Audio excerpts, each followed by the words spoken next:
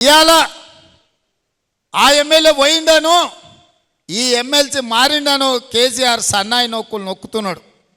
మరి ఇన్నాళ్ళు ఎక్కడ పోయినావు నాయన? మా ఎమ్మెల్యేలను గుంజుకున్నప్పుడు మా కార్యకర్తలు కష్టపడి గెలిపించి అసెంబ్లీకి పంపిస్తే అక్కడి నుంచి అక్కడనే గద్దలాక దండకపోయినప్పుడు ఈ దుఃఖం కనిపించలేదా?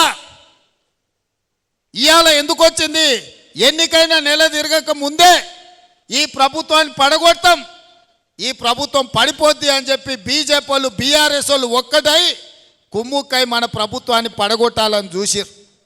ఈ ప్రభుత్వం ఉండనే ఉండదు, 3 నెలలు కూడా ఉండనీయమని చెప్పి బీజేపీ వాళ్ళు బీఆర్ఎస్ వాళ్ళు మాట్లాడలేదా?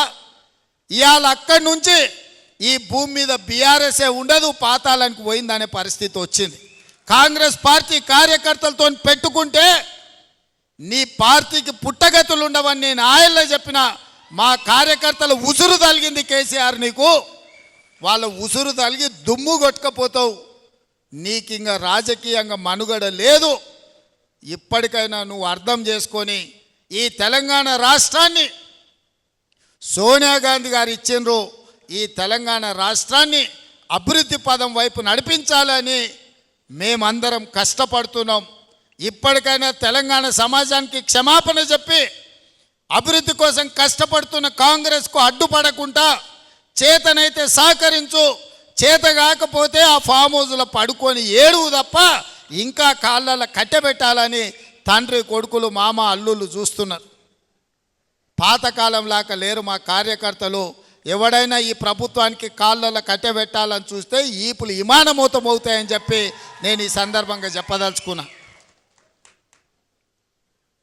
తన దాకా వస్తే కానీ తెలియదు అన్నట్టుగా ఇవాళ కేసీఆర్ దాకా వస్తే కానీ కేసీఆర్కు తెలుస్తలేదు. ఇవాళ ఢిల్లీకి పోయి 4 రోజుల నుంచి హరీష్ రావు, కేటీఆర్, మోడీ చుట్టూతా పిల్లి తిరిగినట్టు తిరుగుతున్నారు. ఏదో ఒకటి చెయ్యి మమ్మల్ని ఎట్లన్నా కాపాడు అని.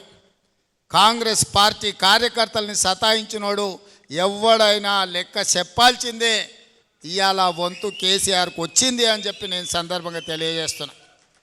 అందుకే మిత్రులారా, ఇవాళ ఈ వేదిక మీద నుంచి తెలంగాణ రాష్ట్రంలో ఉన్న నిరుద్యోగ యువకులకు నేను ఒక మాట చెప్పదలుచుకున్నా.